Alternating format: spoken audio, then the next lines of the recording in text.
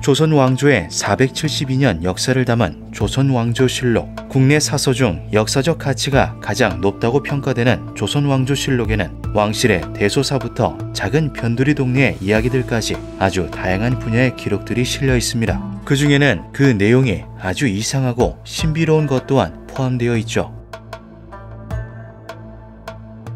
조선의 지식인들과 훌륭한 왕들이 공통적으로 앓았다는 병이 하나 있습니다. 그것은 안질이라고 불리는 일종의 눈병으로 몸 안에 화가 쌓여 눈이 뜨겁고 침침해지는 것이었는데요. 조선의 성군이라 불리는 세종대왕 역시 이 안질을 겪었죠. 내가 두 눈이 흐릿하고 깔깔하며 아파 봄부터는 음침하고 어두운 곳은 지팡이가 아니고는 걷기에 어려웠다. 온천에서 목욕한 뒤에도 효험을 보지 못하였다. 세종은 낮 시간에는 군주의 업무를 보고 밤에는 서적을 읽으며 하루를 보냈습니다. 이로 인해 늘 과로와 수면 부족에 시달렸는데요. 그 때문인지 안질의 증상은 점점 더 심각해져 갔죠.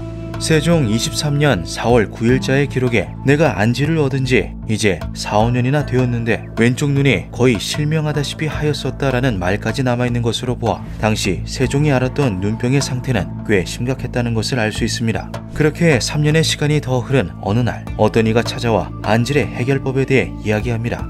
어떤 사람이 와서 아뢰기를 청주의 물맛이 호초맛과 같은 것이 있어 이름하기를 초수라 하는데 모든 질병을 고칠 수 있고 목천연과 전이연에도 또한 이러한 물이 있습니다 하였다.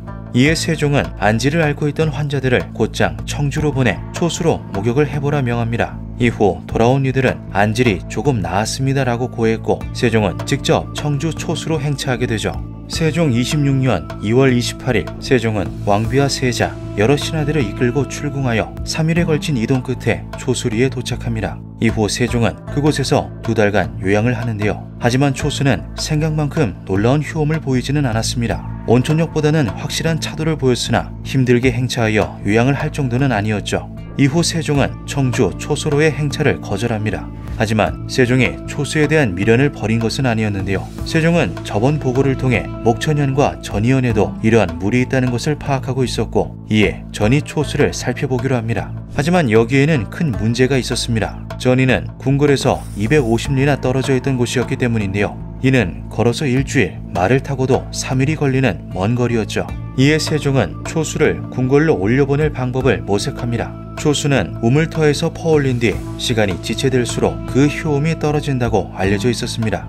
이에 먼 거리에 있는 전이 초수를 단시간에 궐까지 옮겨야 했는데요. 이것이 가능하려면 말을 타고도 3일에 걸리는 거리를 단 8시간 만에 주파할 수 있어야 했습니다. 그렇게 탄생한 것이 바로 조선시대의 특급 수송작전이라고 불리우는 전이 초수 상송 사목이죠. 매일 해질 무렵 옹기에 약수를 담아서 기운이 빠지지 않도록 봉한 다음 서명을 하고 시간을 적는다. 그 후 걸음이 빠른 말 2마리와 사리에 밝은 사람을 선발하여 오로지 약수만을 수송하게 한다. 큰 길의 각 역참에는 약수를 지키는 이들을 선발하여 둔다. 이러한 방법으로 신속하게 전달하여 하룻밤 안에 서울로 수송해 바치게 한다. 만약 이 일을 지체시키는 경우에는 찰방과 역승이 즉시 처벌을 받을 것이다.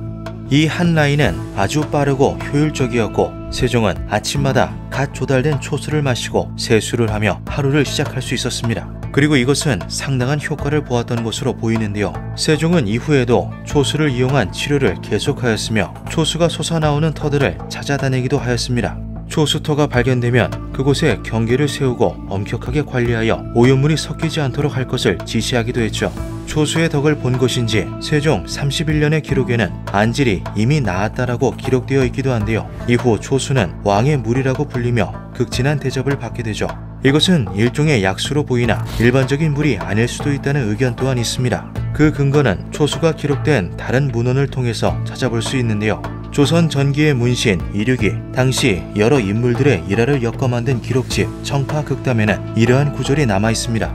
서원에 초수라는 물이 있다. 내가 안찰사가 되어 이를 살펴보니 물이 땅속으로부터 솟아나오는데 아주 차고 맛있으다. 전하는 말에 의하면 어떤 늙은 농사꾼이 언덕 위에서 잠이 들었는데 귓가에 은은히 군마의 소리가 들리기에 일어나 보니 평지에서 물이 솟아나왔다고 하였다. 가려움증 같은 병은 이 물로 씻기만 하면 바로 나았다.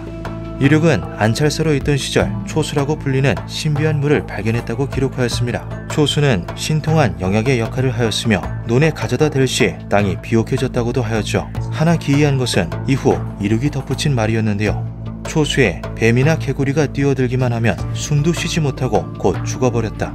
초수에 닿은 동물들이 닿는 족족 죽어버렸다는 내용이 남아있었던 것이죠. 짐승에게는 독이 되고 인간에게는 약이 되었다는 초수. 지금도 세종특별자치시에는 전이 초수의 터가 남아있습니다. 그러나 터만 남아있기에 이 신비로운 물의 정체는 현재 알 수가 없게 되었죠.